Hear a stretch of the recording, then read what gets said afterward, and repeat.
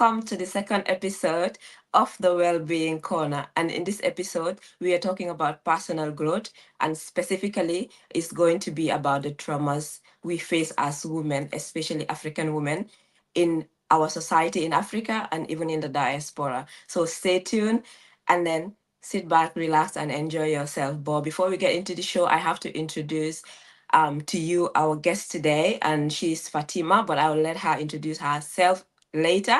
But she's here today to talk to us about her expertise in her field of studies, which is trauma and which is women in relationships and what they go through, especially back home in Africa. So, welcome, Fatima.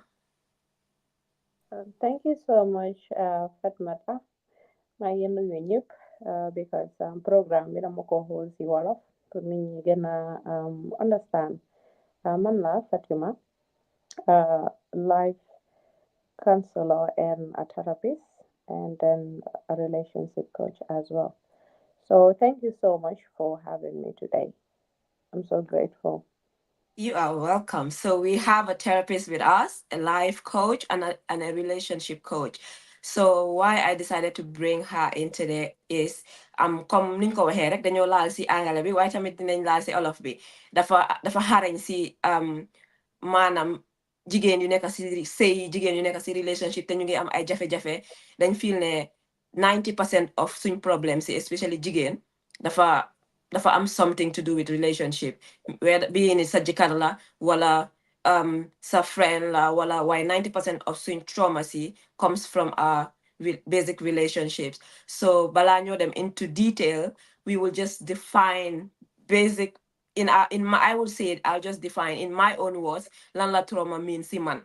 Trauma nit ñi dañ ko dee dégga trauma why dafa deep. Why in just few words dinaa wax ne dafa nekk li nga xamante ne danga ko miin di ko gis depuis boo nekkee xale ba nga maaga nga miin di ko dégga nga normalize ko ba nga xamante ne feel nga ne comme nekkut dara li nga xamante ne daal danga war a particular about it wala danga war a concern about it comme daf la war a jaaxal daal waaye mu nekk li nga xamante ne lu la war a jaaxal la parce que daf dee affect suñ day to day life lépp li nga xamante ne dafa affect suñ day to day life like constant stress like xam nga rek li nga comme yi nga xamante ne daal man yaay brought me into the wolof waaye suma olof yi dama am pour prepare but anyways yi nga xamante ne comme daf la dee disturb mentally spiritually emotionally and physically loolu yëpp is considered as a trauma in one way or another. Why?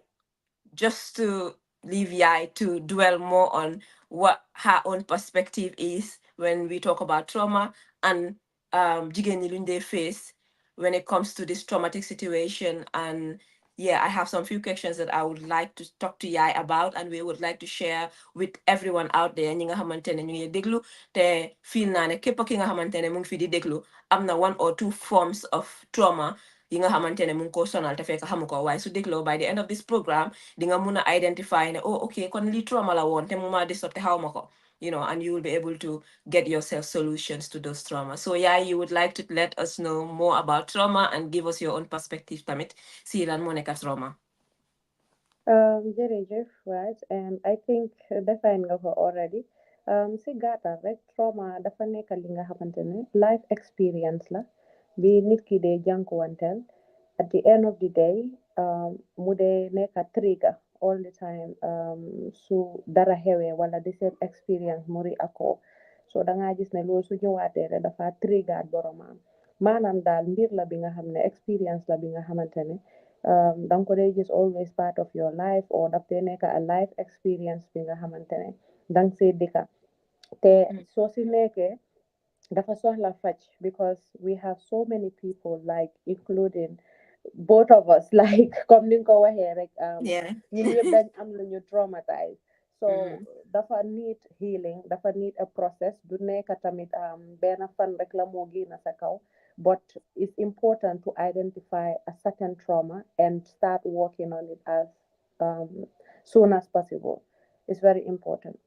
So maanaam experience la bi nga xamante ne du musa dee like du musa génn si yow su fekkee ne dang dee um, gis loolu in many times in your life daily life or with other people or sa relationship so si gàttal daal loolu mooy a trauma. All right. So according to the books, am nañ a lot of things yi nga xamante ne list naa ko down. Mhm, Li dee cause trauma. mhm, Why according to me I stated it is according to the books because these are what the book says, but feel na it's more than that. So according to the book, am nañ racial discrimination against black women, which of they cause trauma. Am nañ gender based violence, which of they cause trauma. Am nañ colorism, because even within black communities loolu loo ko xam ba nga nekk Indian so xeesee dang de yow da nga bokk si rich family bi soo ñuulee yow da nga bokk si poor family bi. So am nañ that kind of trauma as well as black women. Am nañ economic disparities. Xam nañ what economic disparities mean. Like it will take a lot of time pour man ma nekk di dem into details. Waaye naa leen jox like I said the pointers pour ngeen understand the things that are going to like loo xam ne that they contribute to swing trauma, say depression, say and all of that. And then even police violence can cause trauma for black women. And then you know, psychological traumas that are caused by stereotyping, and then stereotyping, a lot of stereotyping. So specifically, we're talking about traumas, especially black women in their face. We have a lot of traumas without knowing. And then mental health stigmas. But in black society, mental health is stigmatized so much so that then they ruspuru you come out with some mental issues. See. So these are mhm, all things that are traumatizing to us, and it's serious. We mhm, even have environmental racism. So all of these things are, like I said, according to the books, why the feel that there are basic ones in Hamilton and could they pick up from our homes, we pick it mhm, up from our societies, we pick it up from mhm, our own parents, and mhm, then without them even knowing, we have a lot of basic ones like childhood traumas, even you who see halere. Because I'm not experiencing Hamilton. I saw a child in Hamilton daf day banya them school. Why lan moo tax mu dee bañ a dem school? Because after doing a research and investigation you realize ne buñ ko attached to another teacher, this child loved going to school. Ndekete teacher bi nu mu ko daan yuuxoo di ko dóor and all loolu moo taxoon mu bañ dem school. So the child was so traumatized that bugu janga, bugu ta dem school, as long as the mhm, teacher is there. So mhm, those are basic things in nga we don't talk about, like the books don't talk about, because they don't even know why ñun mi nga xamante ne jaar nañ si, janku wante nañoo some of those things. We still have those traumas to deal with, and then we mhm, are still dealing with them. I believe it's very important putting you muna highlight some of these traumas. So mhm, knowing that yeah, you're dealing with women on it. I'm sorry guys for calling her Yai. That's a homely name. She's Fatmata.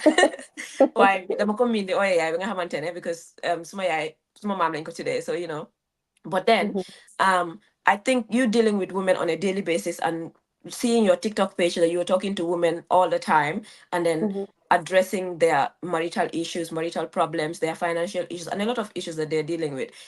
You could probably guy one like a lot of traumas they are dealing with, which is personal and is something that we can relate to as um West African women, especially Gambians. So feel Nana, yo, you could come up and let us know more about these traumas that we are talking about, or traumas that we didn't even know existed, and maybe probably yo, gis nga ko janko wante nga ñu traumas yo, no. So yeah.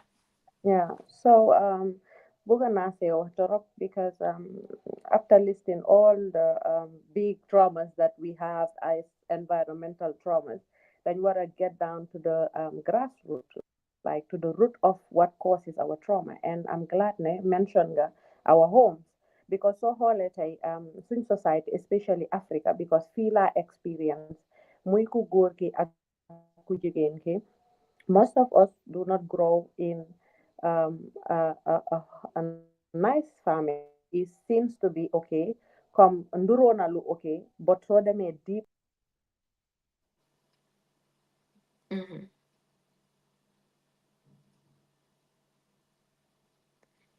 Hello. Yeah, it's like we have lost Fatima for one reason or another that I don't know.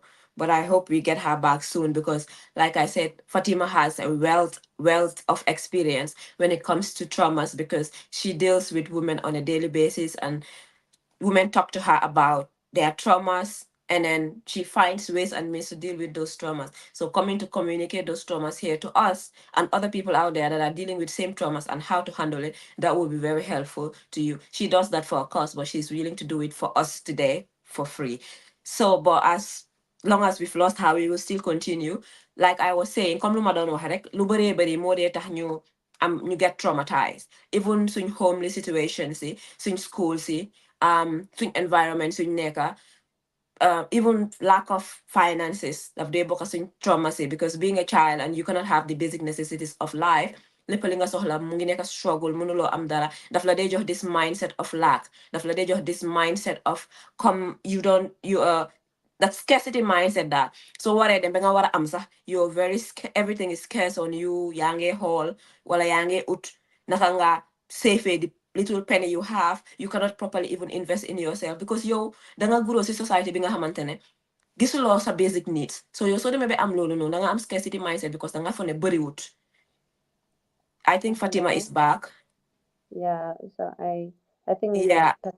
technical issue. But Lima don't try pour wax rek. Yeah. Ñun yëpp dañ juddu very cleanly. When Mhm. you go to the Islamic psychology, we talk Mhm. about fitra. Fitra Mhm. dafa nekk state bi nga xamante ne I can simply define it as state bi nga xam ne dara taxuloo dara. Mhm. So the way we grow is how the society and the environment mold us. But organically, we are people that shouldn't even be traumatized at the first place. But come Mhm. limawa, most of us are with parents. Yi nga xamantene ñoom tamit dañ jëlee seen trauma si from their parents. Mhm. Okay?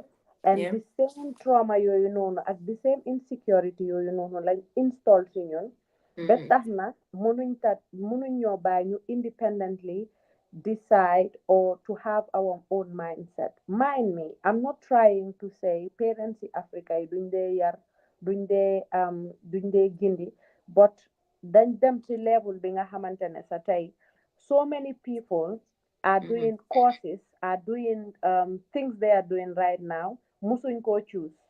Suñ Mhm. parents yi ñoo fa nekka. Am na ñi nga xam ne single parents yi ñoo leen yar, am na ñi nga xam ne single fathers ñoo leen yar, am Mhm. na ñi nga xamante ne dañ leen traumatized through like rape, through violence, through harassment, Mhm. through so many things.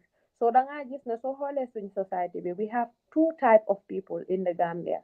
Either Yeah. you are the avoidant as a traumatized person, or you are the anxious person as a traumatized person. So lii dinaa try pour wax ko, and because dafa am fi ma jëm si yëfi sëy and relationship. Mhm. Tey soo xoolee suñ góor yi dañ won society bi dañu won ne góor waruta express pain. Ok, Yeah. soo nekkee xale tey nga am raka bu jigéen ngeen xeex yow ko góor ki lañoo téye ñu dóor la because yow fiil nañ ne waruloo xeex ak sa raka bu jigéen. Tey Mhm. su fekkee ne danga war a nekk si lekka si ndab danga lekka Mhm. bi si kanam as góor ñu ne la Mhm. jógal suur nga suuruloo they don't care. Mhm. You understand? So Yeah. ngamage lolo nono, you cannot express when you are hungry. You cannot cry because of nit def na la dara. Nit daf la Mhm. door ci mbera bi mu bully la sa nga ñëw pour explain ko ñu ne la hey demal lu tax fayakuloo just get out. Mhm. Understand? So good say they grow up solving their own problems.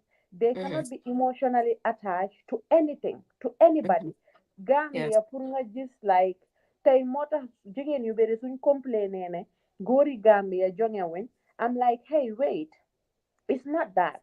This is the way we are brought up because danga dem bem make a 40 years, your mom will Mhm. not even hug you. They don't know Mhm. how to hug. They don't know how to kiss. You know, Mhm. 90% of Gambian men, tey soo gisee you get close to their wives or their daughters, is because dañ ko jànga, dañ mag ñu jànga ko, Mhm. wala ñu gis ko feneen ne okay nii la war a nekkee. So they are most of them are avoidant people. They cannot solve problem.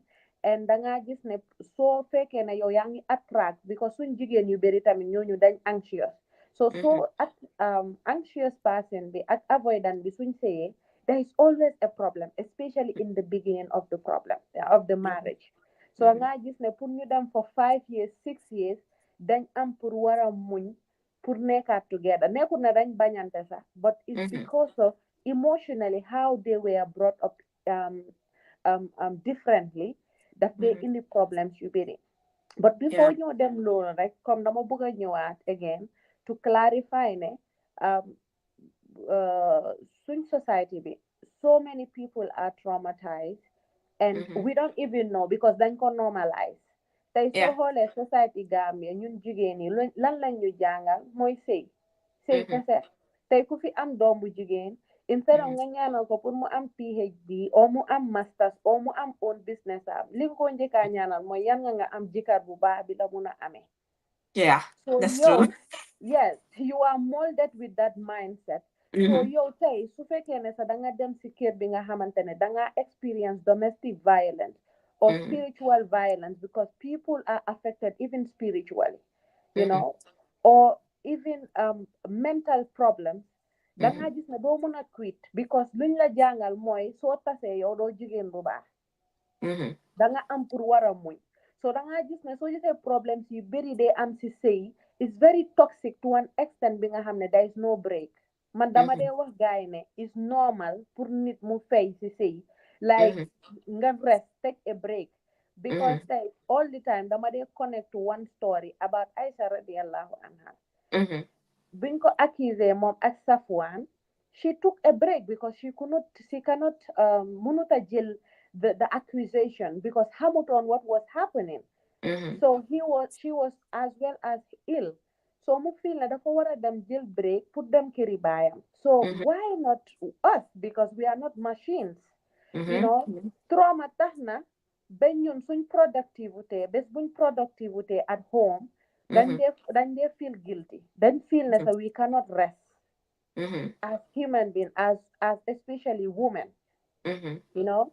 We are traumatized to an extent bi nga xamante ne we don't know our self worth, we Mhm. cannot care for ourselves, we cannot put ourselves first because dañu wax ne dañu traumatized, because nekkul ne sax just action la, even with word you can be traumatized.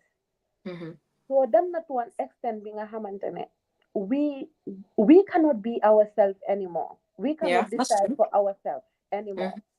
Okay, so trauma yang si biir kër wi, and I think each and every one of us need to connect back to our own soul, because Yeah. most of us lose ourselves without realizing that we lose ourselves, Yeah. you know. Yeah, so I think it's it's clear and Yeah, people that know was where. Yes. yeah, that was very precise because come look over here, it's everybody. Like I feel now in West Africa, Gambia in specific because that's where we know. Um, Mm-hmm, if not 100%, 98% of people are traumatized, both men and women. It's most of the time more vulnerable for us because you know they joy, you know they complain, you know they cry, you know they you. But we all in traumas, in our own traumas in one way or another. mm-hmm, Parce come I love quoting stories when it comes to mm-hmm, this. Like, you know, I have been working with women for over 3 years, single mother scheme. mm-hmm, So a woman came to me and told me that, wow, mom jëkkëram dafa sànni bagaasam yëpp si biti dafa, pour mu ñibbi and all, but she's not going home because she doesn't have a home. She has a home, am na kër yaay, am na kër papa. Mu ne waaye su fa demee ñooñu dañ ko daaxane ko delloo loo def sa jëkkër bi. yeah, that's Them the la. stigma. So just to give an example of what you're saying, it's soon wajuri, then some of them, that's the reality. Some of them sometimes they're even in a hurry for us to leave their homes because they cannot feed us anymore. That Mm-hmm, brings us to the scarcity mindset. Lola don't know balanganyo. Lack of mm-hmm, finances like trauma la on its own. So if mm-hmm, you're from a society or from a background, being a hamantene, it's difficult putting you the basic needs of life, which is the basic necessities, right? mm-hmm, Um, they are in a hurry to, some of them, not all, because I'm the family saying even so illegal soup, they want to yes, I don't mean why you will not let your children go like that. Why there are mm-hmm, families out there, they would they would rather let you go because to them, to them they are doing what's best for you because feeling that you will have a better life somewhere else, not considering mm-hmm, your emotions, not considering your feelings. Coming to the school bit, di nga gis parent bi nga xamantene dafa war doomam bi yow dama bëgg nga nekk doctor te doctor nga nekk. So your mm-hmm, opinion doesn't matter here. You're gonna be a doctor because that's what I want and I'm paying for your school fees. mm-hmm. Those kind of things. It can be sometimes it can so go ahead out there. That they overwhelming. It can be so overwhelming because Mm-hmm, you're all of these things, this between Nyakadewa is trauma. So mm-hmm, calculator, yo nyata homes nga dem binga hamantene. Soon liste 10 traumas, yo amolo fa bena. There are at least num bon ding fa am bena. Even from the multiple, even from the rich home, because the rich home also has their weakness. The poor home has its weakness. So the more feeling that after talking about all the weaknesses and the troubles, we should start thinking about the solutions to these problems now mm-hmm, because mandama feeling solutions in could one day solution. It's not a pill that you drink. It's not sorry, it's not an injection that you take and it's done. It's a pill that you drink, and it's a gradual process. Bi nga xamantene da nga am pour consistent to it. You have to be intentional, and you have Mm-hmm. to acknowledge the fact that you have a trauma, no matter what the trauma is. Yo ya hamsa trauma, yo ya hamsa bopa. So no matter what trauma it is, you have to be able to identify yourself, your trauma, and be able to get Mm-hmm. into the solutions. So now, Fatima, why, like, what are the basic things that you think as individuals we can do to, I wouldn't say avoid trauma, but to reduce or minimize the effect of trauma on us as individuals, both men and women? Okay. The first thing, and it's the most essential thing that a human being can think about, and lolo my self awareness. You know, Yeah, if you are aware of yourself, of you who you are, nekkul ne tamit mbir la bi nga xamante ne comme li nga ko wax dafa nekk an injection like to change overnight. yeah, But we are not self-reflective people. Some of us mm-hmm. do not even know why we are here. Okay, they Mm-hmm. will just tell you to worship Allah. That's the number one thing. So Yeah, we disconnected from our original source, yeah, which is Allah Himself and our soul. Okay, because yeah, this what you are saying all over outside physically is not it. This is just mm-hmm. a vessel, like a car, which is trying to be in the physical world. But we as people, our soul is us. Like we are our soul.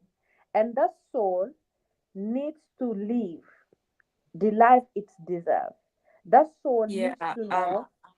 Yeah, I think I think this is a saying I love to say, and I think it's something that you're coming to, which is we are spiritual beings with human experience because we are here for a purpose. And if we are thank not you so connected to much. that purpose, we would miss the experience that we are supposed to have as a human being. So we are not Exactly. human beings, but we are spiritual beings with human Mhm. experience. That's how I see it. Exactly. Yeah. So self awareness is the key to everything. Self Yeah. awareness will fill the holes of every single trauma because Mm-hmm. danga muna hamne originally all those Mm-hmm. traumas were in the past, and as Mm-hmm. well as they happen in the times where you were not aware of yourself. Yeah. Okay, so self awareness is very important, and people have to start to be so reflective. And the second thing is leaving to let go. If you are self aware, you Mm-hmm. will let things go, not in a second or a day or a week, but you will always love to um, think it positively. Because logistic aduna, even to fake a rape, lasa, Mm-hmm. okay, Tay, man, if I was raped, for example, I would like it to think, I would think it in the positive way. Did Mm-hmm. not start to think about it in a positive way. Okay, rape naima, it happens. Okay, but there you must be rape be, as Mm-hmm. well as Tay sumane on the way I was to yesterday, the way I was strong yesterday, fognane kenduma rape, Mm-hmm. and you start collecting that energy, that environment of you being free, because Yeah. that was so important. Okay, Mm-hmm. if you cannot be happy in life without your freedom, so Yeah. freedom is connected to letting things go, like you let them go. It's Mm-hmm. very important, you know. And the other thing I see is start realizing you are not connected to anybody, even to your own parents.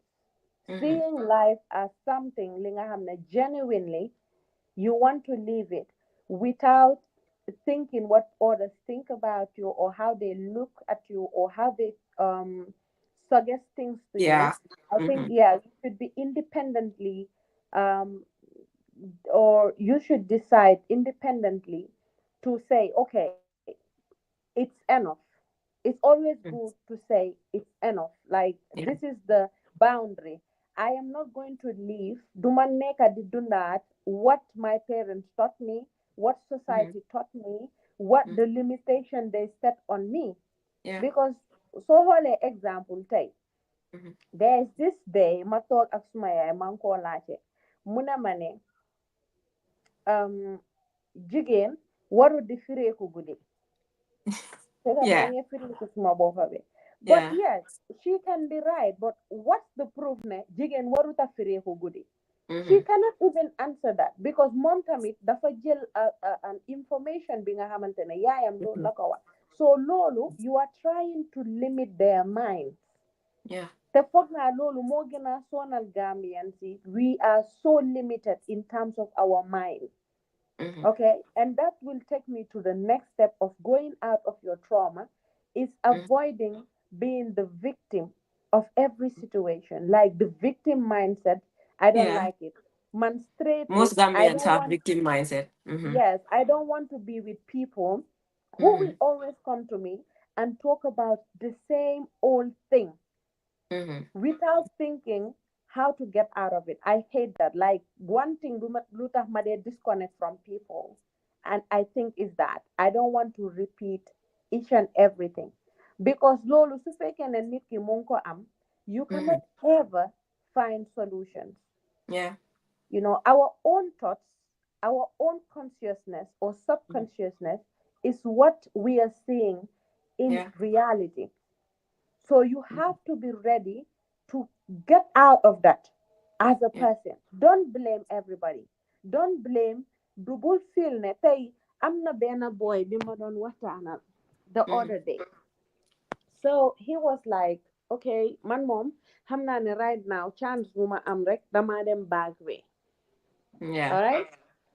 Manako, okay, why do you think so? Munema because ma kotoy hanga dañ tukki but can follow uma and all of that. So man, I can take the risk and go. Yeah. Manako, okay, manako yo bing fi neke yo Gambia lo neka di def lo am pour def. Munema boy Gambia amut liggéey hanga amut li nangam nangam manako ñaata years nga neka munema mangi 26 years. Manako Mhm. gis nga bro.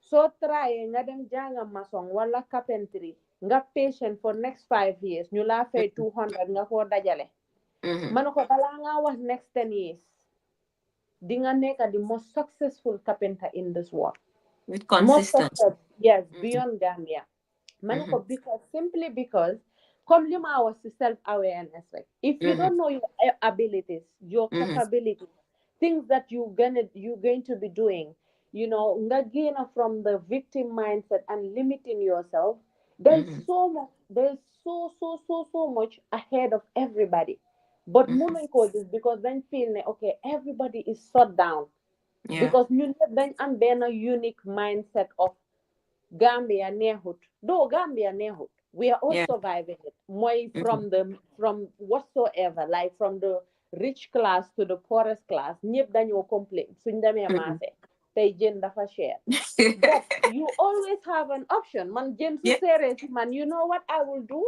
I Mhm. will go and organize a mbahal for the Yes. day. You Mhm. know, there's always a second plan. There's Yeah. always a second thought. So this is how life it is. So take any, be work it for you. Look for other options than just sticking on one thing. Ngane lolu nonu moy am. It's Yeah. crazy. Yeah. So luma wax rek moy let's be out of our victim mindset. It's very Mhm. important. Yeah. Yeah. The last but not the least is to start loving yourself from the deepest source of Mhm. your heart. You understand? You see, self-love, nit ñi dañ ko dee underestimate, Yeah. but it's very important. The Mhm. more you love yourself, the more you reflect and sit down and think about yourself, being grateful, being Mhm. am that connection with yourself, being start di laajte, okay, you know, who I am, like who am I? Fan laa jógee kan moo ma design to this way bi nga xamante ne I should be grateful to them.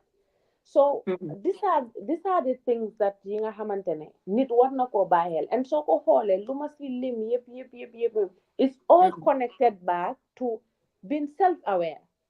Yeah. Yeah, it's very important. Like let people be self-aware of themselves. Mhm.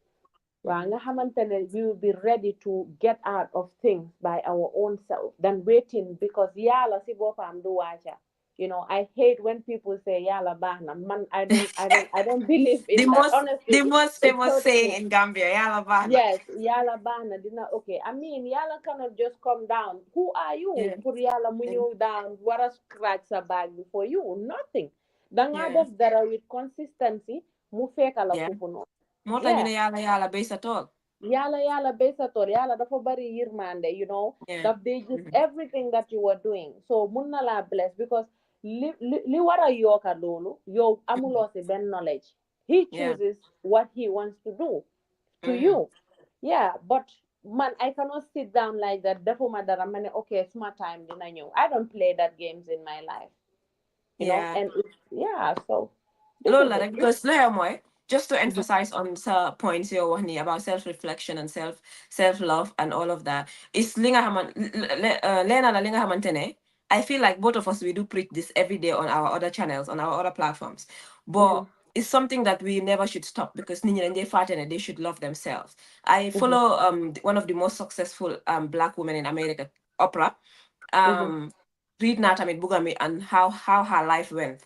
But mhm, you realize that the most powerful key that she has in her hand is mhm. self-love and gratitude. Mune Thank am you. na timing nga xamante ne su taxawee si seetu bi mu ne boppam I'm beautiful daf dee joy because she doesn't believe in that. Su taxawee si seetu bi mu wax certain things boppam daf dee joy because she doesn't believe in that. But Mhm. she kept on doing it all the time. That is foofu laa jëlee affirmation and gratitude ba nga xamante ne I don't joke with them.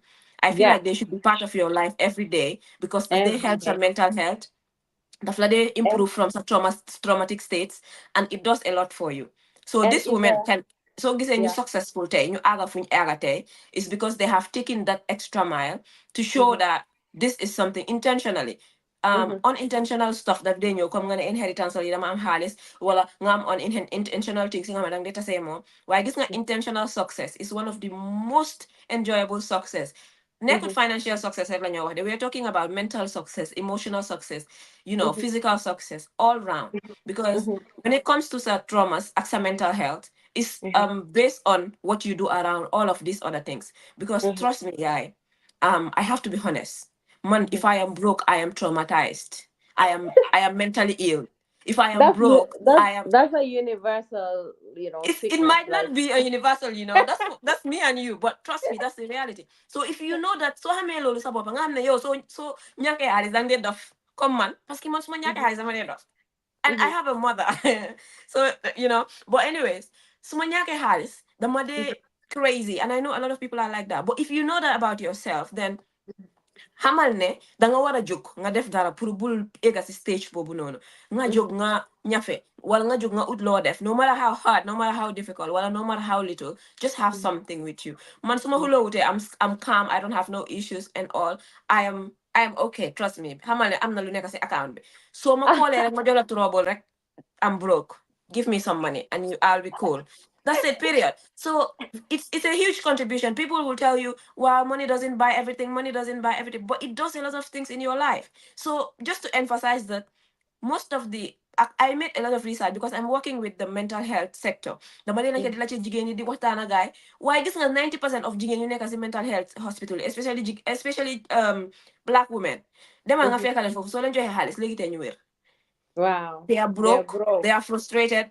If they are not on drugs and abusing any substance, xamal ne it's most of the time postpartum depression more than they able to that state. They have a Mhm, child, they have no support, they have no finances, they have no so jox leen that stability nga xool, they will be okay. Trust me. mhm. So these Yeah. are things that we have to be realistic about and talk about. You're not danga gis jigéen bi nga xamante ne dafa wane ne sax dafa bëgg a xaalis ñu ne ko yow danga buggee yow you are a gold digger yow. Yes, what are you digging for? Stone? Yeah. Man, I advise women to be gold diggers, dig gold, because Wow. this is something that is waxuma la nga dig gold from men like they Man. call the gold Yeah. digger thing demal si gold Mhm, nga ut ko no but dig gold you're not digging sand da nga gis jigéen bi nga xamante ne she's extremely busy yow moom need go ahead that's what you want focus mhm, on what you want and dama just book a buttress on this thing that you say mhm, lastly about the trauma bit that you shouldn't concentrate on what people say that you mhm, should make yourself happy that so I'm gonna bring all of these things up. These are things mhm, that we put in consideration to make ourselves happy, and the most important thing is mindfulness.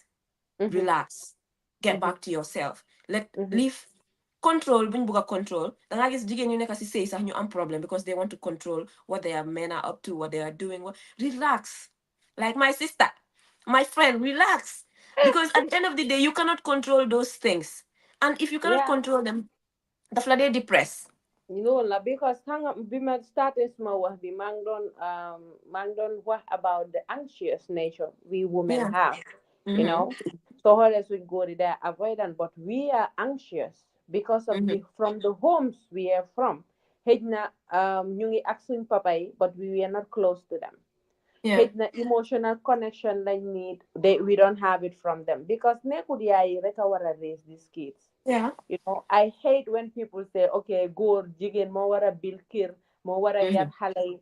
No, like Yeah. kids needs those emotional support and Of emotional course. provision, like come leka being provide.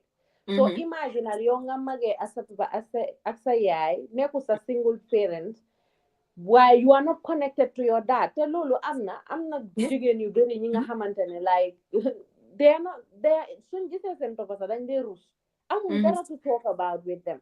Yeah. So lacking that masculine side of your life, you'll Mm-hmm. say obviously teachuloo sa doom anything. You No. know, one block on it, okay, góor nii la war a behave, góor Yeah. nii la war a defee towards you. I Mm-hmm. mean kooku su demee mu gis benn avoidant bi nga xamante ne they don't care, they're also living their life anyhow, you Dafa know, feel because dafa ku normal. nekk Mm-hmm. waaw so léegi dangaa gis ne dafa metti yow tey avoidant bi naka anxious bi bugga nga an emotional partner, Mm-hmm. emotionally connected partner to you Yeah. intimately. Mun ngaa wax problème ak moom nga waxtaan but xamuloo ne sax so much of that waxtaan ak sa problems is overwhelming the avoidant partner Mm-hmm. because avoidant yi bugguñ li nga xamante ne they can love you as much as possible but they Mm-hmm. don't want to get into you the way you think they're supposed to be.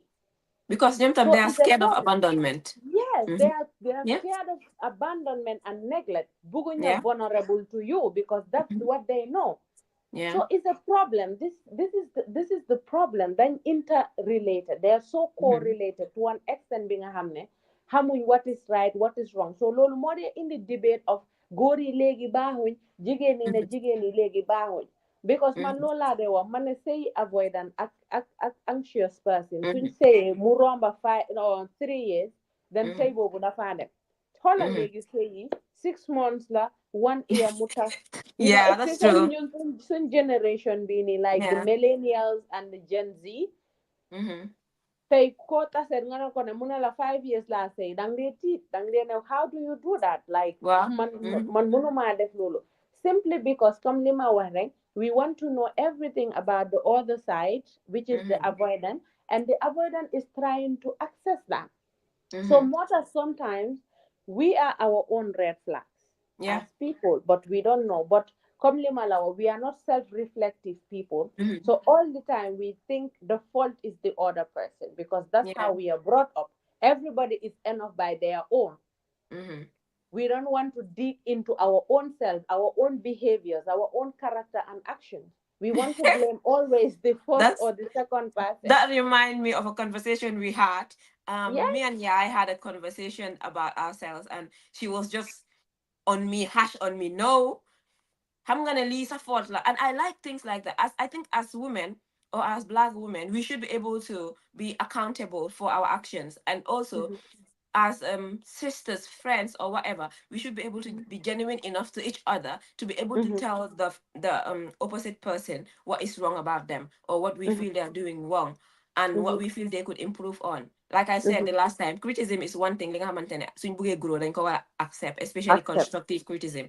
So I Mhm, remember this time we were talking about something about me personally, and mhm, you just told me off completely. Said no, I didn't do it that way. I shouldn't do this. I shouldn't do. And I love that because I feel like that's accountability. You are mhm, showing me that you should be accountable, even though mhm. I was refusing to be accountable for my own actions. But you were showing me no, go back to that and think about it. And we do that most of the time. But how many people out there tell their friends the truth? Because sometimes you're scared of losing something, or you're even scared of Something, losing yeah. Just like your today, friendship. I yeah, I No. was I was talking to a woman, you Mm-hmm. know. She came to me, she's over 35 years old, you know, and recently daf doon waxtaan ak kenn ki ko bugganteel ak yooyu noonu. Yeah. Okay? So mu message ma ne ma ne kii moom daf ma ghost, you know how men are, you know, sometimes blah blah. So Manako, let's get to the root of the story. Manako, when was your last conversation? Manama, like that was 2 days ago. Manako, what was the thing that you were talking about? Benga feel Mm-hmm. ne degulo for 2 days. Wow. Munema, oh, Manako, I want you to be honest with me because so Mm-hmm. honest with I will not, I will not be able to help you.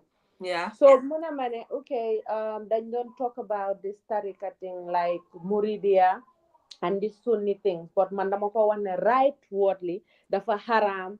Understand nga? You know, warulo boka si sek bobu nono. You Mm-hmm. know, something like that. Mu wax Mm-hmm. be pare. Mane ko ne, don't you know you are the cause of the problem? Mune Mm-hmm. maluta because man I am so you know I want to stand, you know. If I gonna stand by how what's that? Yeah.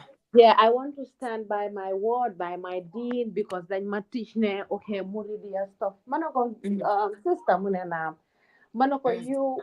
you made a mistake, and I want you to bring out, to let out the masculine energy you are coming to me with, because Mm-hmm. you are sounding so defensive right now.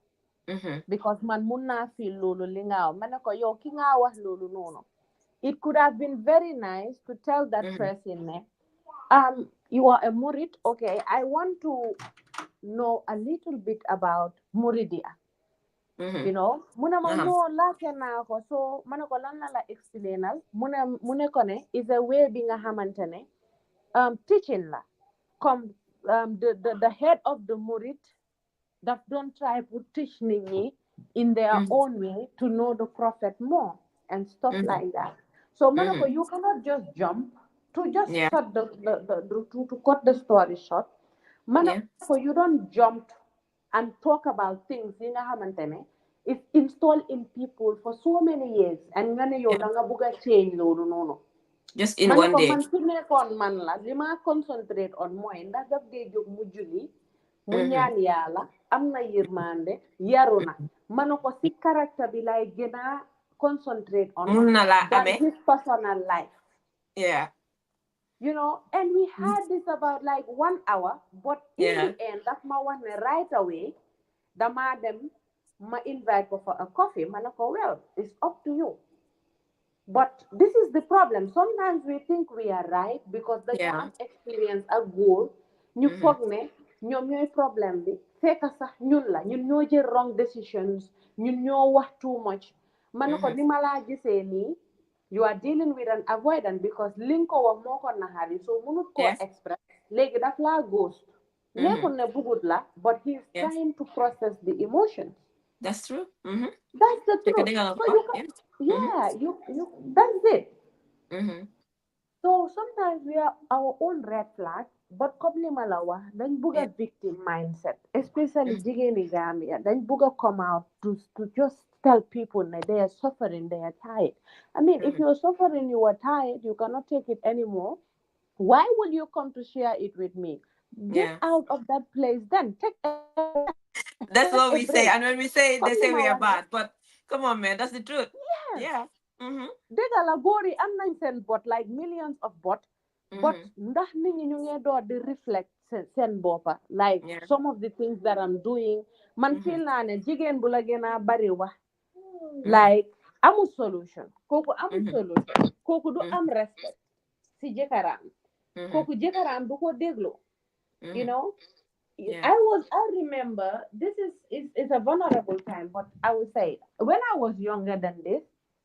Like I don't listen to people. I talk. Mm-hmm. I put out my heart outside. Wow. I So you don't at that listen. point when you're angry, you don't even care about what other persons have to say. Yeah. You And just I have to think communicate. Mm-hmm. yeah, and I think that was the best thing. But without my knowledge, it was the like worst thing that I ever did to Yeah. myself because I become so unattractive to Mm-hmm. others. They don't want to be in my company. You Mm-hmm. know? That's Mm-hmm. so selfish when you don't listen to others' opinion. I don't think that is so Yeah. narcissistically a threat. So yeah, this is it, girl. Yeah. So Yeah, this is so what I I think have. so far the program has been really amazing, and we spoke about a lot of things, a lot of traumas women are going through, things they should do to get themselves out of the trauma. And when we're talking about these situations, traumas, personal growth, we can go on and on and on, but we Mhm. have been here for over 45 minutes now. So I Wow. think it's just, yeah. So I think it's just due. And yeah, I like, thank you so, so, so much. I wish I would be having you more often because, like I said, you have a wealth of knowledge when it comes to personal growth and personal development. So I just hope and pray that you will be on here with me on the next episode and the next episode and the next episode, because like I said, we have a lot of things to talk about when it comes to personal growth for women, especially in their relationship and in their finances. So I Mhm. would like to thank you and thank everybody that watched, and then we will see you in the next episode. Mhm. Thank you, Thank you all. guys. And yeah, Thank you can you. give us your last words before we just close down. Yeah, all I have to say is let's be people. Nañ nekk nit yu nga xamante ne, we need to be reflective about our life every single day. It's Yeah. not an easy task. Yeah, but we are so engaged socially Mm-hmm. outside our own self. Yeah. If you understand what I'm saying. So how society is, we Yeah. are we are power hungry, we are Mm-hmm. success hungry, we want to attract materialistic things, Yeah. and forgetting that we are the material, we are the success. you Mm-hmm. know we are our own success. If you are at peace, if you are aware of who you are, Mm-hmm. it's way more easier Mm-hmm. attracting success and abundance in your life than being sick. And people are working in big offices and they're not happy. People build mansions, they are not happy because they don't know who they are. They are just working physically because dolo la society be wa danga liggéey nga tekki. That's it. You ask a 50 years old man, they cannot tell you actually what they want. Yeah. All all they talk about is the Wabuga Sampakir. And sometimes it's so sad. It's so Mm-hmm. sad that the aga be 50 years, mayor wala pa, Mm-hmm. enjoying the recent life. They That's don't know true. who they are. They don't have any fun, any memory. I mean, ben memory pour wala, interesting memory to tell you. Yeah. So just to say, always fill your own cup first in life. If Yeah. you are in the diaspora, before Mm-hmm. sending the whole money, make sure you go for a spa. You go to the All spa, right. That's an cook advice. I'll take benefit. it. All right. Yeah, So thank this you is so what much, I have to Yai. say. We Yeah. really appreciate having you, and I just hope everyone enjoys this program. And if you enjoy it, like I said, don't forget to come click in the next episode. We will let you know when we will be here, and we will talk about personal growth. Thank you all for being here, and we appreciate you. Bye.